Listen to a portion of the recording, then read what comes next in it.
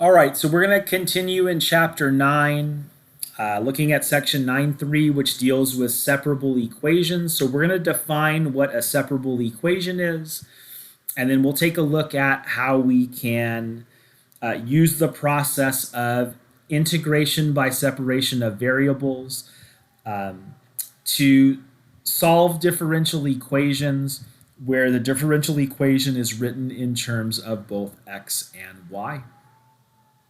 Okay, so let's start with a definition of a separable equation. So a separable equation is a first order differential equation. Again, we talked about a first order differential equation as being a differential equation that only has a first derivative, in which the expression for dy dx can be factored as a function of x times a function of y. Okay, so we're going to take a look at 4 examples in this lesson where we are given a separable equation. And again, we want to solve the separable equation using integration by separation of variables. Okay, so for number 1, we are given the function, or given the derivative dy dx is equal to 2x times 1 plus y squared times e raised to the x squared power. Okay, so this is separable. This is the product of functions involving x and y.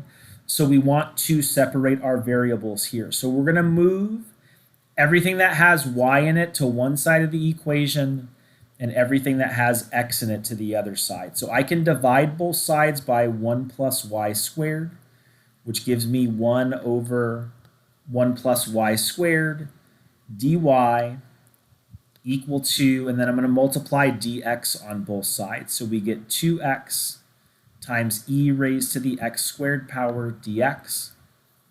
And now that we've separated our variables, we're going to go ahead and integrate on both sides. Okay, so when we look at the left-hand side, that's going to be a pretty easy antiderivative for us to take. So the antiderivative of the left-hand side, or the integral of the left-hand side, becomes the inverse tangent of y. Now, I mentioned in section 9.1 that I do not write plus c on the left-hand side. I'm going to incorporate the constant on the right-hand side only. Okay? All right, when we look at the right-hand side, for us to be able to find the integral or antiderivative on the right-hand side, we're going to have to do integration by u substitution. So we're going to let u equal x squared, the inner function in the composition, which is going to make du equal 2x dx, and dx equal du over 2x. So I can rewrite the integral on the right as 2x times e raised to the u power. We're going to replace dx with du over 2x. So the 2x's cancel, so we get the inverse tangent of y equal to the integral of e to the u power du. And now we can go ahead and integrate on the right-hand side. So we get the inverse tangent of y equal to the integral of e to the u power is e to the u power plus the constant c. And then we want to go back and replace u with x squared. So that's going to give us the inverse tangent of y equal to e raised to the x squared power plus the constant c. Now, if you have the ability to isolate y in your equation, you want to do so. And we can do that here. I can get rid of the inverse tangent on the left-hand side by applying tangent to both sides. So on the left-hand side, if I take the tangent of the inverse tangent of y, that's going to become y. And then when I take and apply tangent to the right-hand side, that gives me the tangent of e raised to the x squared power plus the constant c. Okay, so that right there is the solution to that separable differential equation. All right, let's move on to the second one. So second one's a little bit different in that we are given an initial value. Okay, so this is an IVP. This is an initial value problem. Okay, so that initial value where y of 1 is equal to negative 1/2, that is going to allow us to be able to solve for the constant c. Okay, so let's go ahead and separate our variables because this differential equation is separable, so I can divide both sides by y squared. So we get 1 over y squared dy is equal to, and then I can multiply both sides by dx, so that is 4x cubed dx. And then we can integrate both sides of our equation. Okay, so on the left-hand side, 1 over y squared is like y to the negative 2 power. The antiderivative of y to the negative 2 power is y to the negative 1 divided by negative 1. So I can rewrite that as negative 1 over y. And I can go ahead and take the antiderivative of the right-hand side the way that it's written. So the antiderivative of the right-hand side is x to the 4th power plus c. Okay, now when you get to this point here, you have one of two ways that you can proceed. Okay, so I'm going to separate this screen here in half. Get from this point one of two different ways, and it's up to you guys to pick which way you like better. And I'm going to be honest, there are some instances where I like using the first way better, and there are some instances where I like using the second way better. It depends on what my function looks like. And I'll explain kind of the advantages and disadvantages of each way. And it's not really going to make much of a difference with this problem, but with the last example that we work in this lesson, it will make a difference. And you'll be able to see kind of which way you like better, which way makes more sense to you, as far as what method to use going forward. Okay, so you have two options here. Your first option is you can work to isolate y. Okay, and then once you've isolated y, then you can utilize your initial condition to solve for c. All right, so I'm going to do that first. Okay, so if I'm going to isolate y, I can multiply both sides by y, and then divide both sides by x to the 4th power plus c. Okay, so when I do that, that's going to make y equal to negative 1 over x to the 4th power plus c. Okay, now once I have that, I can go ahead and utilize my initial condition to solve for c. Okay, so I can plug negative 1/2 in the place of y, and that's equal to negative 1 over, I can plug 1 in the place of x. So we get negative 1/2 equal to negative 1 over 1 plus c. And then I can get rid of the negatives on both sides. And then you can solve for c a couple of different ways. If you have a proportion here, if you want to cross multiply, that's fine. The other option for you is to invert or flip the fractions on both sides, and that's okay as well. Either way you do it, you're going to wind up getting 2 equal to 1 plus c, which is going to make c equal 1. And then once you have that value of c, you can go ahead and plug it into that equation right there, okay, which is going to make y equal to negative 1 over x raised to the 4th power plus 1. Okay, so your first option is to, once you've taken the antiderivative of both sides, work to isolate y. Whenever you've isolated y, then utilize your initial condition in order to solve for c. Okay, the second approach that you can take, so I'm gonna start from this step right here over on the right. So we get negative 1 over y equal to x to the 4th power plus c. The second approach you can take is, once you've taken the antiderivative of both sides, you can use this initial condition immediately to figure out what c is. Okay, So when I use that initial condition, we're going to get negative 1 over, I'm going to plug negative 1/2 in the place of y, and I'm going to plug 1 in the place of x. Okay, so when I do that, we get negative 1 divided by negative 1/2. 1 divided by 1/2 is the same thing as 1 times the reciprocal of 1/2, which is going to be 2, and that's equal to 1 plus c, which is going to make c equal 1. So that's going to make negative 1 over y equal to x raised to the 4th power plus 1. And then once we figured out what c is, then what we want to do next is isolate y. And I think the easiest way to isolate y is to multiply both sides by y and then divide both sides by x to the 4th power plus 1. And when we do that, we get y equal to negative 1 over x to the 4th power plus 1. You get the same function either way. Okay, and like work-wise, it's pretty similar, to be honest. I don't know that one way is necessarily really any faster than the other. I think you guys will see with the last example we do, like, what's the advantage of working it one way as opposed to another. Doesn't really matter so much for this example, but with number 4 that we work on, I'll talk about like what are the advantages to working it through each way whenever you get to that problem. Okay.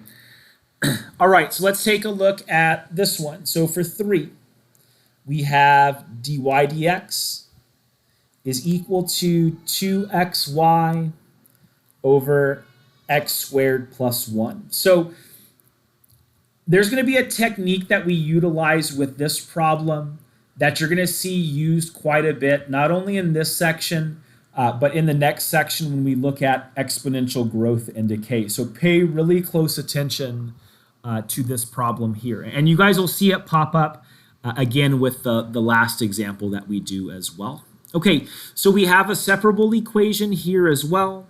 I can move the y factors to one side, so I'm going to divide both sides by y, and then multiply both sides by dx.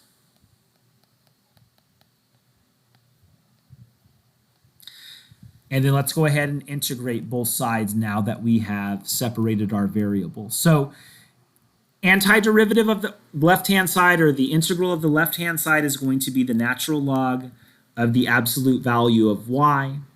And then for me to integrate the right-hand side, again, I have to do a u substitution for this. So we're going to let u equal the denominator x squared plus 1, which makes du equal to 2x dx, and dx equal du over 2x. So the right-hand side is going to become the integral of 2x over u, and then we're going to replace dx with du over 2x.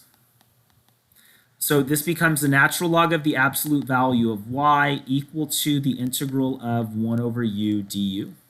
Okay, so that is the natural log of the absolute value of y equal to the natural log of the absolute value of u plus c. And then we have to go and replace u with x squared plus 1.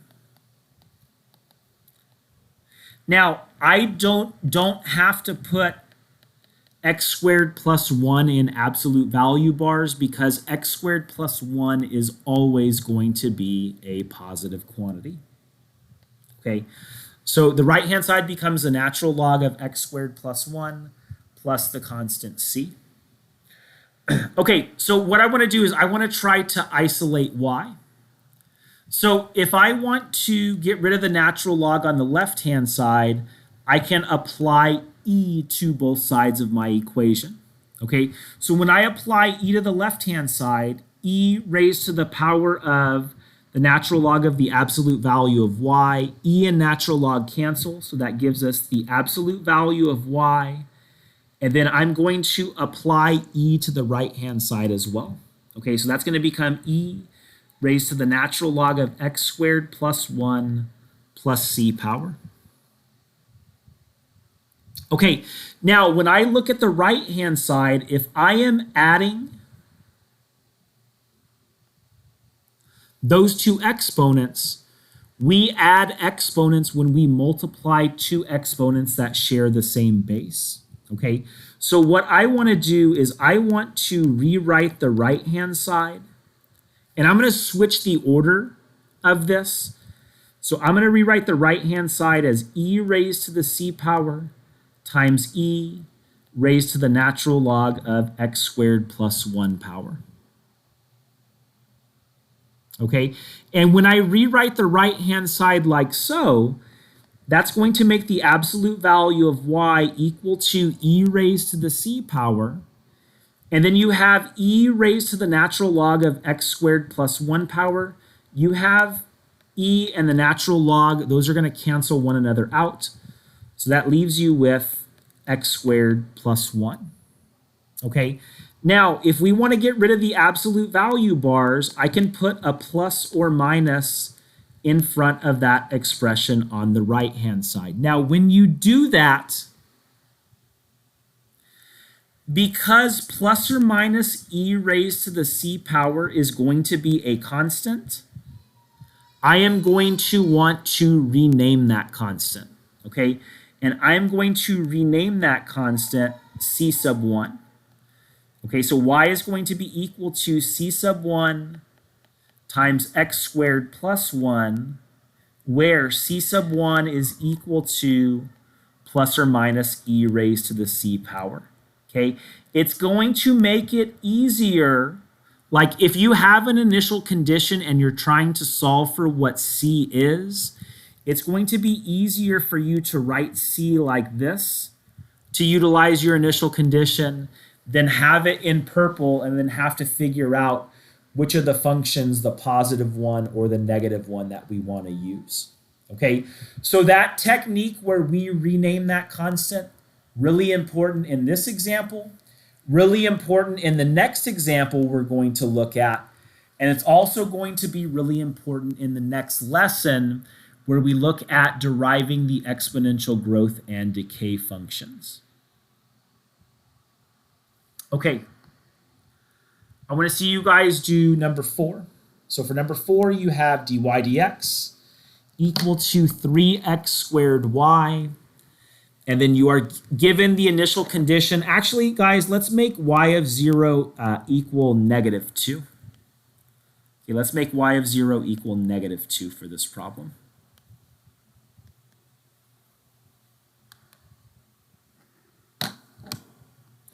All right, so again, y of 0 is equal to negative 2. All right, so go ahead and pause the video and give that example a try.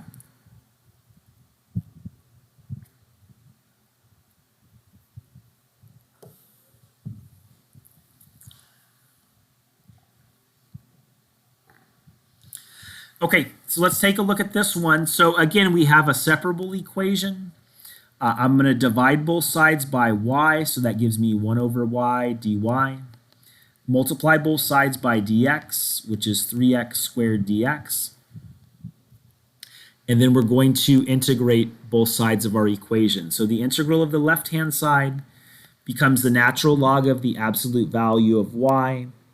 And then the integral of the right-hand side becomes x cubed plus c. Okay, so from here, I'm going to work this out both ways, just like I did for number 2, okay? And it's up to you. Like I said, I want you to see both ways, and you'll be able to see like the advantage and disadvantage of working it out each way better for this example. It's up to you guys to pick which one you like better, because honestly, both of them are perfectly fine, okay? So the first way I'm going to work this out is I'm going to work to isolate y first. And then once I've isolated y, then I'm going to solve for c. And the second way I'm going to do it is I'm going to solve for c first. And then after I solve for c, I'm going to isolate y. Okay, so let's isolate y first. So the first thing I want to do is I want to get rid of the natural log. So I'm going to apply e to both sides. So that's going to make the left-hand side become the absolute value of y equal to e raised to the x cubed plus c power. Okay, just like I did with the previous example, I'm going to rewrite the right-hand side because I'm adding exponents. That results from me multiplying two exponents with the same base. So I can rewrite the right-hand side as e to the c power times e to the x cubed power.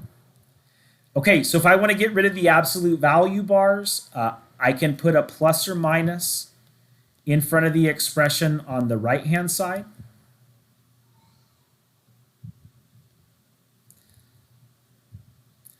And then I want to rename that constant. Okay, so I'm going to rename plus or minus e to the c power as c sub 1. Okay, where, whoops, I know how to spell where. Looks like I misspelled it again, but there's an R there. Where c sub 1 is equal to plus or minus e raised to the c power. Okay, so once we have that, now we can go to our initial condition. So if y of 0 is equal to negative 2, then we can plug negative 2 in the place of y is equal to c sub 1 times e raised to the 0 power. E to the 0 power is 1, which makes c sub 1 equal negative 2, which makes our function y equal negative 2 times e raised to the x cubed power. Okay, so that right there is the solution to that separable differential equation. Okay, so let's work it through the other way. So we're going to start from this same step. Okay, so we get the natural log of the absolute value of y equal to x cubed plus c. And then we're going to go ahead and utilize the initial condition so we can solve for c. Okay, so when I plug negative 2 in the place of y, the natural log of the absolute value of negative 2, the absolute value of negative 2 is 2. So that becomes the natural log of 2 equal to 0 plus c, which makes c equal to the natural log of 2. Okay, so once we have that, then we can say that the natural log of the absolute value of y is equal to x cubed plus the natural log of 2. We can apply e to both sides. Okay, so when I apply e to the left-hand side, that's going to give me the absolute value of y. When we apply e to the right-hand side, we get e raised to the x cubed plus the natural log of 2 power, which is going to make the absolute value of y equal to, when I rewrite the right-hand side, I can rewrite it as e raised to the natural log of 2 power times e raised to the x cubed power. And e raised to the natural log of 2 power, the e and natural log cancel because you have the composition of two inverse functions. That gives us the absolute value of y equal to 2 times e raised to the x cubed power. And we can drop the absolute value bars by putting a plus or minus in front of the expression on the right-hand side. Okay, but we have a problem. We have to figure out which of those two functions we have to pick.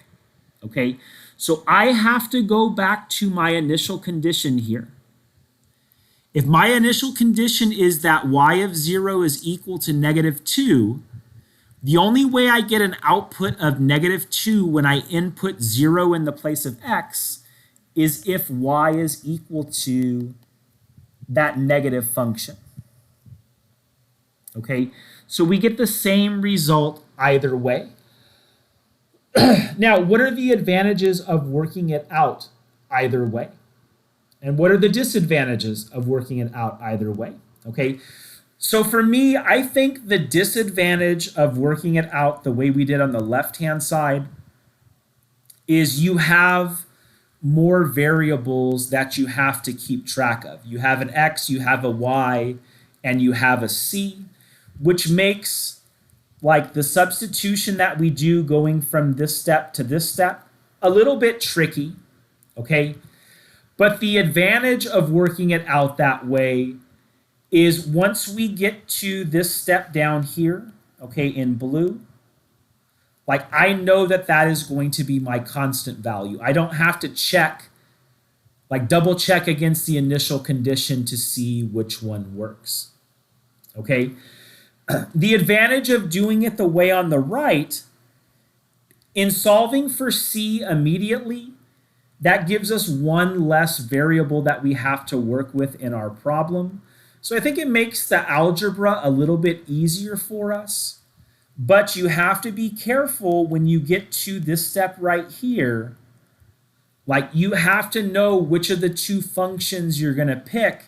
So you're going to have to go back and check that against your initial condition. Okay, so there are some pros and cons to working it out either way.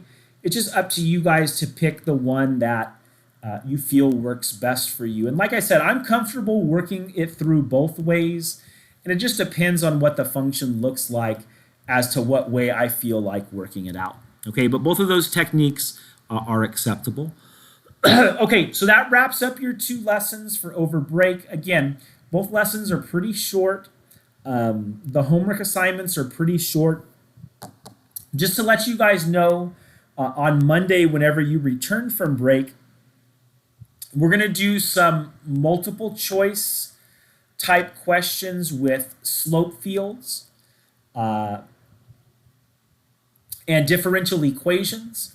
And then we're also going to do some free response questions that deal with separable equations like we talked about in this lesson, slope fields, and Euler's method that we talked about in the previous lesson. Okay, so we're going to do some free response questions the week that we come back. Okay, so and some multiple choice questions for that matter. So I hope you guys all have a great Thanksgiving break and enjoy your time away from school.